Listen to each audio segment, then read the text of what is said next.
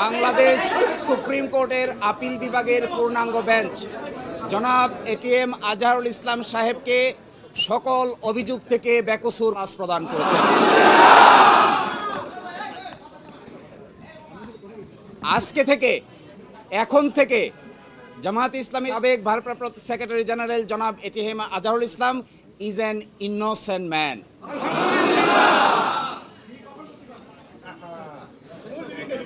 এই রায়ের মাধ্যমে আমরা মনে করি সত্য জয়ী হয়েছে, মিথ্যা পরাজিত হয়েছে। Truth prevailed and falsehood defeated.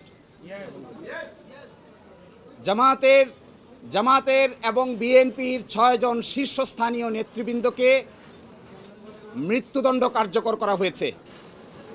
5 জন, অন্ততপক্ষে 5 জন জেলেই কারাবরণ করেছেন, জেলেই মৃত্যুবরণ করেছেন। দুনিয়ার ইতিহাসে এটা নজিরবিহীন নির্যাতনের শামিল। জনাব এটিএম আজহারুল ইসলাম সাহেব সৌভাগ্যবান, ন্যায় বিচার পেয়েছেন, আল্লাহ তাআলা তাকে বাঁচিয়ে রেখেছিলেন। তাই আমরা এটাও মনে করি এই রায়ের মাধ্যমে সিন্ডিকেটেড ইনজাস্টিসের অবসান হয়েছে। আমরা মনে করি এই রায় ঘোষণার মধ্য দিয়ে বাংলাদেশের আদালতের মর্যাদা সমুন্নত হয়েছে এবং আদালত 4টি অবজারভেশন দিয়েছেন। তার মধ্যে প্রতি বলেছেন, অতীতের রায়ে বাংলাদেশ সহ এই ভারতীয় সাবকন্টিনেন্টের ক্রিমিনাল বিচার ব্যবস্থার পদ্ধতি চেঞ্জ করে দেওয়া হয়েছিল, এটা ছিল সবচেয়ে বড় ভুল। আরও বলেছেন,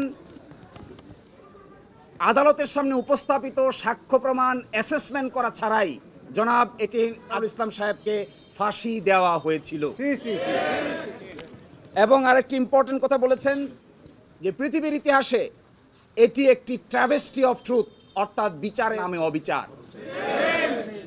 আরও বলেছেন, যে সমস্ত তথ্য প্রমাণ আদালতে হাজির করা হয়েছিল অতীতের আপিল বিভাগ তা সঠিকভাবে বিবেচনা করতে ব্যর্থ হয়েছে।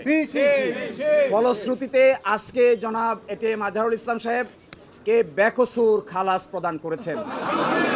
বাংলাদেশের ইতিহাসে নয়, পৃথিবীর ইতিহাসে একটি নজিরবিহীন ঘটনা হয়ে থাকবে। এরই মাধ্যমে আমরা মনে করি ন্যায় বিচার প্রতিষ্ঠিত হয়েছে, সত্য বিজয়ী হয়েছে, মিথ্যা পরাভূত হয়েছে।